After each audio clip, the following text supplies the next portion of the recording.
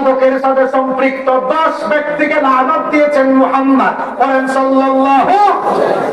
ভালো করে হাদিসটা শুনেন। মাদকের সাথে সম্পৃক্ত 10 ব্যক্তিকে নবীজি লানত দিয়েছেন। 1 নাম্বার হলো আশিরাহা, যে ব্যক্তি মাদক গ্রহণ করে, মাদক সেবন করে, তার উপরে লানত। 2 নাম্বার হলো মুতাসিরাহা, যাদের মাদকের ফ্যাক্টরি আছে, মাদকের প্রোডাকশন যারা করে, তাদের উপরেও লানত দিয়েছেন মুহাম্মদ সাল্লাল্লাহু। 3 নাম্বার হলো ওয়াশারিবাহা, নবীজি বলেছেন এখানে এই শারিবাহার ব্যাখ্যায় বেশিরভাগ মুহাদ্দিস অর্থ করেছেন মাদকের উপদেষ্টা। আমার দেশে দেখবেন ভালো কাজে উপদেষ্টা আছে, খারাপ কাজে উপদেষ্টা আছে না নাই? মাদকের উপদেষ্টাদেরকে এত সহজে চেনা যায় না, কারণ তারা সমাজের মানুষের চোখে ধুলাবালু দেয়। কেমনে দেয়? দেখবেন মাঝে মাঝে মাদক বিরোধী সমাবেশে এই ধরনের চেয়ার দখল করে জনগণের সামনে মাদকের বিরুদ্ধে বক্তব্য দেয়, আবার রাতের আধারে মাদকের চালান যারা করে তাদের কাছ থেকে ভাগ নেয়। এইরকম আল্লাহর ওলি আমাদের দেশে নাই।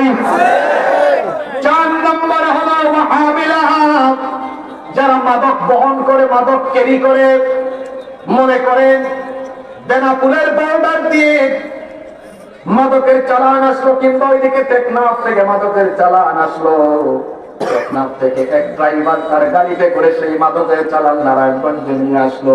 নবীজি বললেন যে ব্যক্তি ক্যারি করে নিয়ে আসে তার উপরে লানত। 5 নম্বর হলো ওয়াল মাহমুলাতু ইলাইহি, যে অঞ্চলের দিকে এটা নিয়ে যাওয়া হয় তাদের উপরে লানত। 6 নম্বর হলো ওয়াসাকিয়াহা, যারা মাদক সার্ভ করে।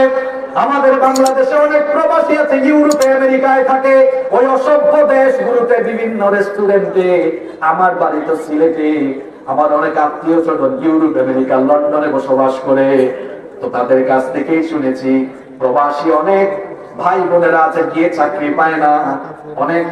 অনেক ছেলে মেয়েরা আছে প্রথমে যখন চাকরি পায় না বিভিন্ন রেস্টুরেন্টে অথবা নাইট ক্লাবে চাকরি নেয়। যদি রেস্টুরেন্ট বা নাইট ক্লাব বা বারটা এমন হয় যেখানে গেস্টদেরকে মদ সার্ভ করতে হয়, নবীজি বলেছেন মদ যে সার্ভ করে তার উপরেও লানত। 7 নম্বর হলো ওয়াবাইআহা, যারা মদ বিক্রি করে। 8 নম্বর হলো ওয়াআকিল তামারিহা, এই মাদকের জন্য যারা সামান বা ঘুষ গ্রহণ করে।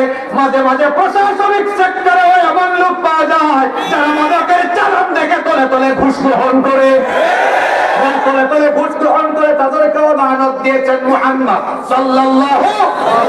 আমার দেশে মাদক নিয়ন্ত্রণ অধিদপ্তর আছে। নিয়ন্ত্রণ এই শব্দটা কি আমি বুঝলাম না।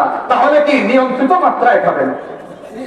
এটার নাম হওয়া উচিত মাদক নির্মূল অধিদপ্তর। আমরা আমাদের এই দেশে মাদকের কোন আখড়া দেখতে চাই না। নাম্বার 9 নম্বর হলো ওয়াল মুশতারি লাহা, 10 নম্বর হলো ওয়াল মুশতারাতু লাহু, অর্থাৎ মাদকের ক্রেতা আর বিক্রেতা। এই যে 10 ব্যক্তির কথা বললাম, মাদকের সাথে সম্পৃক্ত এই 10 ব্যক্তির উপরে লানত দিয়েছেন মুহাম্মদ সাল্লাল্লাহু। নারায়ণগঞ্জের ভাইরা বলেন তো আমরা নবীজির লানত চাই না নবীজির সুপারিশ চাই? আমরা নবীজির লানত চাই না নবীজির শাফায়াত চাই? যদি আমরা নবীজির শাফায়াত চাই, এখানে আমার সামনে অনেক তরুণ ছাত্র যুবককে দেখতে পাচ্ছি। ও আমার ভাইরা, কলেজের ক্যাম্পাসে, বিশ্ববিদ্যালয়ের ক্যাম্পাসে, আবাসিক এলাকার অলিতে গলিতে মাদকাসক্ত হয়ে যাও না, জুয়ায় আসক্ত হয়ে যাও না, নইলে নবীজির সুপারিশ পাওয়া যাবে না। নবীজির সুপারিশ লাভের জন্য আর জান্নাতের সুঘ্রাণ লাভের জন্য এই মাদকার জুয়া থেকে আমাদের বেঁচে থাকার দরকার আছে না? আল্লাহ সবাইকে বেঁচে থাকার তৌফিক দেন।